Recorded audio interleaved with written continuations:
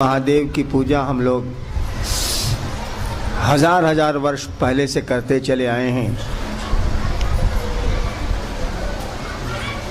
उसके बारे में बहुत पहले से मालूम है कि वो गुरु हैं। उस शिव को जिसकी पूजा हम आप करते हैं, उसको अपना गुरु बड़ी आसानी से बनाया जा सकता है। कल के महोत्सव का भी यही उद्देश्य है और आज जो हम लोग मिल रहे हैं इसका भी यही प्रयोजन है, यही उद्देश्य है। एक बात सबसे पहले ये समझ लेनी है कि हम लोगों में यानी शिव शिष्यों में कोई गुरु नहीं है। हम लोग सभी शिष्य हैं, शिव हम लोगों के गुरु हैं। हम लोगों में आदमी गुरु नहीं होता, शिव ही हम लोगों के गुरु हैं। हम सभी शिव के शिष्य हैं और जब गुरु नहीं है हम में से कोई, तो प्रवचन नहीं होगा, उपदेश नहीं होगा। ये तो गुरु लोग देते हैं प्रवचन, वो लोग देते हैं उपदेश। हम लोग चर्चा करते हैं, बातें करते हैं अपने गुरु की। वह गुरु जो शिव है, शिव जो गुरु हैं उनकी बात करते हैं, उनसे जुड़ाव की बात करते हैं, उनको अपना गुरु कैसे बनाया जाए इसकी चर्चा करते हैं। अभी उद्घोषक ने कहा कि कुछ सवाल हैं, जिज्ञासाएं हैं जिसका उत्तर हमको देना। देखिए, पहला क्लास से लेके विश्वविद्यालय तक हम भी पढ़े हैं, आप लोग भी पढ़े होंगे। परीक्षा में साला 8 को 7 को क्वेश्चन रहता है और उसमें ऊपर में लिखा रहता है कि किन्हीं 5 प्रश्नों के उत्तर दें। यहाँ तो सब पुलिंदा है, बताइए अब किसका किसका उत्तर दें। पहला क्लास से लेके एमए बीए तक हम लोग परीक्षा दिया है कि नहीं दिया? उसमें लिखा रहता था हम लोग के समय में, अब क्या होता है नहीं पता। हम लोग के समय में लिखा रहता था किन्हीं 5 प्रश्नों के उत्तर दें। यहाँ उद्घोषक कह रहे हैं कि जिज्ञासाएं आई हैं और हमने सवाल देखा तो कॉपी से ज्यादा मोटा है सवाल वे।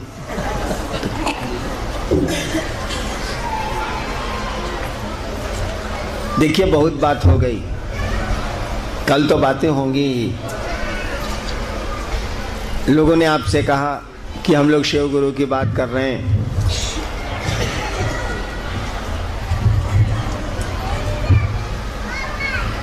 और एक बात समझ लीजिएगा कि शिक्षक किसी जाति धर्म का नहीं होता, गुरु भी किसी जाति धर्म का नहीं होता, हो ही नहीं सकता है। क्योंकि वो गुरु का अर्थ होता है जो अध्यात्म का ज्ञान दे, आत्मा का विज्ञान समझाए। आत्मा के विज्ञान को समझाने वाले को गुरु कहते हैं। और शिव से बड़ा कोई गुरु नहीं, क्योंकि शिव को ईश्वर कहा गया। आपको पता होगा, जरूर पता होगा कि यहाँ जो पशुपतिनाथ का मंदिर है, पशुपति शब्द आपको पता है कब इस्तेमाल हुआ था? आज से 10,000 साल पहले शिव पर पहला ये शब्द है जो इस्तेमाल हुआ था। पशुपति सिंधु घाटी और हड़प्पा की खुदाई में हम लोगों को मिला है। पशुपति शिव को कहा गया है और शिव के संबोधन का ये सबसे पहला शब्द है। पशुपति के बाद रुद्र शब्द आया है। जो शिव को महारुद्र कहते हैं, रुद्र कहते हैं ना, पशुपति के बाद आया है, सबसे पुराना है। और जब पशुपति शब्द आया था, जब शिव को पशुपति कहा गया था भारत के भूभाग में, उस समय यहाँ कोई धर्म नहीं था। उस समय यहाँ मुख्यतः 3 जातियां थीं, द्रविड़ थे, मंगोज थे और ऑस्ट्रियंस थे। जिस समय पशुपति की चर्चा आई है भारत के इतिहास में, उस समय यहाँ कोई धर्म नहीं था, कुछ भी नहीं था। यहाँ क्या दुनिया में नहीं था, कोई धर्म नहीं था। उस समय जो लोग रहते थे वो मात्र पूजा करते थे। भक्ति की पूजा उस समय होती थी। इतिहास कहता है कि प्राचीन काल में भक्ति धारा थी हमारे यहाँ। वहाँ कोई तंत्र वगैरह ये सब कुछ नहीं था। लोग दीप जलाते थे, प्रणाम करते थे। और भगवती की भी पूजा उसके बाद आई है। शक्ति की आराधना का सिलसिला उसके बाद आया है। तो शिव की पूजा, इस पशुपति की पूजा, इस रुद्र की पूजा जब से हो रही है, उस प्राचीन काल में उस समय कुछ नहीं था। यहाँ द्रविड़ जाति के लोग थे, ऑस्ट्रियंस थे यहाँ, और मंगोल्स थे यहाँ। भारत के आदिवासी जो थे वे ही थे, और उस समय कोई धर्म नहीं था। सवाल है कि अंग्रेज मुर्गा खाते हैं, अंग्रेज अंडा खाते हैं, इसीलिए हम नहीं खाएंगे क्योंकि ये अंडा अंग्रेजों का है। ये तो बात गलत है। अंडा तो भाई प्रकृति का है, परमात्मा का है। कोई खाता है तो उसका कैसे हो जाएगा? वो तो सबका हो सकता है क्योंकि वो भगवान का है, परमात्मा का है। अंडा कोई खाता है, मान लीजिए अंग्रेज खूब अंडा खाते हैं, अब आप चिढ़ के कहते हैं कि अंग्रेज अंडा खाते हैं इसलिए हम लोग अंडा नहीं खाएंगे, अंग्रेजों का है, अंग्रेजों का। अंडा अंग्रेजों का कैसे हो जाएगा भाई साहब? नहीं ना हो सकता। सबका है, वो भगवान का है। ठीक उसी तरह से शिव सबके हैं। शिव सबके हैं ये कहना तो ठीक लगता है, लेकिन वास्तव में शिव सबके नहीं है। सभी शिव के तो हैं, सभी शिव के तो हैं। अगर न हो, अगर शिव के न हो तो होंगे ही नहीं। मैं अक्सर कहता हूं कि कहा जाता है कि हे शिव तुम्हारे बिना तो मेरा अस्तित्व भी नहीं है। हे शिव तुम्हारे बिना तो मेरा अस्तित्व भी नहीं है। ठीक ही कहता है। जब ईश्वर ही नहीं है, शिव को ईश्वर कहा गया, महेश्वर कहा गया। जब ईश्वर ही नहीं है तो सृष्टि कहां से आएगी? हे शिव तुम्हारे बिना तो मेरा अस्तित्व भी नहीं है। शिव के बिना हमारा आपका अस्तित्व नहीं है, ये बिल्कुल सही है। लेकिन हमारे आप के बिना शिव का अस्तित्व है, क्योंकि हमारा तो परिवार है, हमारी बीवी है, हमारे बच्चे हैं, हमारा धन है, हमारा घर है, हमारी गाड़ी है, हमारे पैसे हैं, हमारा सम्मान है। शिव नहीं है। इसी सम्मान के लिए, इसी सुख के लिए, इसी समृद्धि के लिए हम लोग चले जाते हैं। सुना है कि ये महादेव ओढ़र दानी है, बड़ी आसानी से दे देता है। भारत में एक राज्य है बंगाल। बंगाल में जब जाइएगा तो देखिएगा कि लोग गाल बजा के महादेव की पूजा कर लेते हैं। पानी चढ़ाना भी, जल चढ़ाना भी जरूरी नहीं है। गाल बजा लिया, हमको तो आता नहीं है, गाल बजा लिया, शिव की पूजा हो गई। यानी बड़ी आसानी से शिव की पूजा हो जाती है, और कुछ न कुछ तो मिल ही जाता है। तभी मंदिरों में भीड़ है, तभी लोग जा रहे हैं शिव के मंदिरों में। अपने लिए हम लोग शिव के पास जाते हैं, शिव के लिए शिव के पास नहीं जाते। और गलत नहीं है हमारा आपका जाना। सब लोग गए हैं तो हम लोग भी जाएंगे, क्या दिक्कत है? जाएंगे। अर्जुन गया था कृष्ण, श्री कृष्ण के कहने पे। अर्जुन गए थे श्री कृष्ण के कहने पे शिव से वो अस्त्र लेने के लिए, पाशुपतास्त्र जिसको बोलते हैं, लेके आए। महाभारत होने वाला था। वो शुक्राचार्य गए, संजीवनी विद्या सीख के आए। कहा जाता है भगवान विष्णु गए तो उन्हें चक्र सुदर्शन लेके आए। तो सब लोग लेते रहे हैं, चलिए हम लोग भी लेते हैं, कोई दिक्कत नहीं है। लेकिन आपको पहले से पता है कि ये देता है और ज्ञान भी देता है। हमको आपको ये बहुत पहले से पता है, कोई नई बात थोड़ी है कि शिव गुरु है। कोई नई बात नहीं। राजा से लेकर रसोईया तक, हमारे यहाँ कहावत है, from king to the kitchen boy. सभी जानते हैं शिव गुरु है। और हमने देखा है अपनी जिंदगी में, छोटी ही जिंदगी है, लेकिन हमने देखा है कि बहुत लोगों ने शिव को मेरे कहने पर गुरु नहीं माना, ये कह के कि आपके पैदा होने के पहले से हम जानते हैं कि शिव गुरु। ये भैया जानने से क्या हो जाएगा कि स्कूल है, या तो पढ़िए या बच्चों को पढ़ने के लिए भेजिए, आपकी जानकारी से तो होगा नहीं। जानते हैं कि दवा खाने से माथा दर्द ठीक होता है, और कोई कह रहा है दर्द है भाई साहब तो खा लीजिए। कहने वाला डॉक्टर है, वो दवा आपको दे रहा है, आप कहते हैं हम जानते हैं कि डिस्प्रिन से माथा दर्द ठीक होता है। वो कह रहा है कि आप खा लीजिए भाई साहब, आपको बहुत माथा में दर्द है, उल्टी ऐसा लग रहा है, आपको वॉमिटिंग टेंडेंसी हो रही है, खा लीजिए, हम डॉक्टर हैं, खा लीजिए। आप कहते हैं हम जानते हैं कि आप डॉक्टर हैं, हम ये जानते हैं कि डिस्प्रिन से माथा दर्द ठीक होता है, तो खाते काहे नहीं है? हम जानते ना है खाने का, हम जानते हैं। भाई जानने से क्या हो जाएगा, आपको तो खाना पड़ेगा ना। तो शिव गुरु है, जानते हैं। इस जानने से आपको इल्म तो नहीं। हमेशा याद रखिएगा, जानकारी इल्म नहीं होती है। जानकारी इल्म नहीं है, ये जानकारी कि शिव गुरु है। आप शिव गुरु का इल्म नहीं सीखिएगा, टेक्निक नहीं सीखिएगा। उनके पास जाना होगा, शिष्य बनना होगा, शिष्य बनने और जाएगा मन, शरीर नहीं जाता। उनको अपना शिष्य भाव देना होगा। क्यों देना होगा? देखिए, संपत्ति के बंटवारे में आपको संपत्ति खानदानी मिल जाएगी।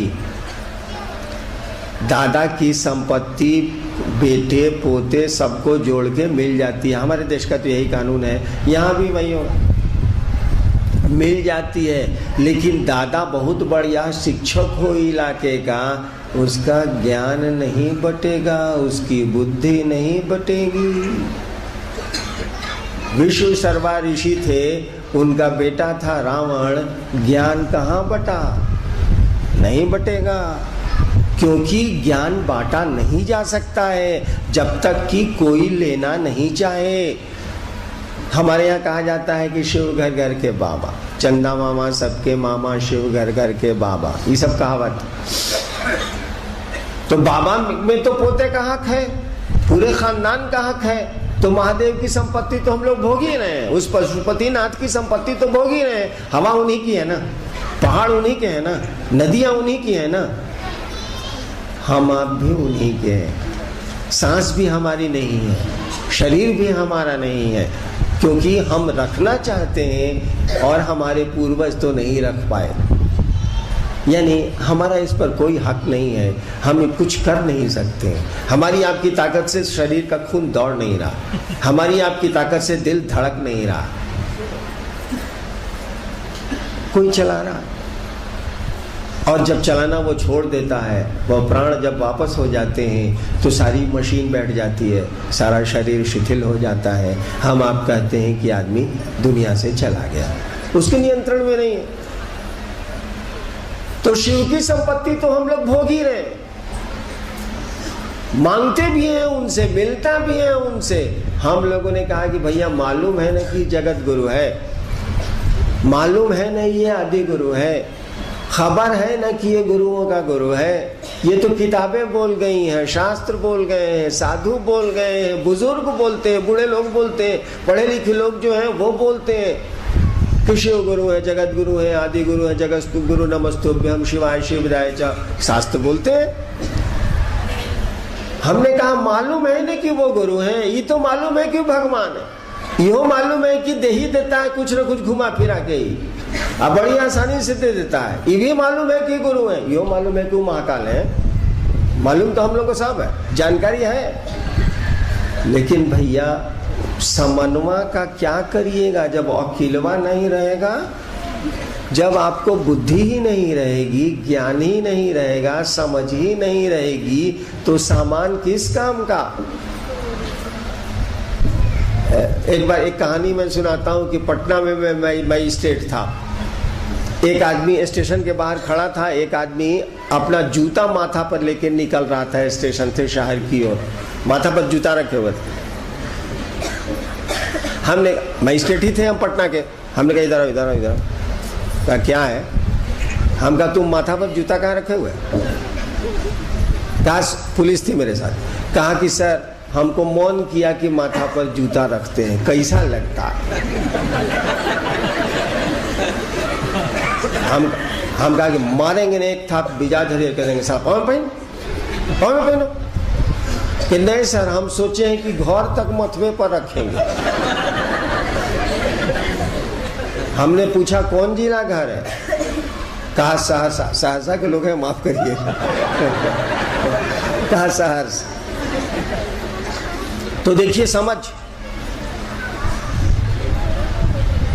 मैंने ज्ञान।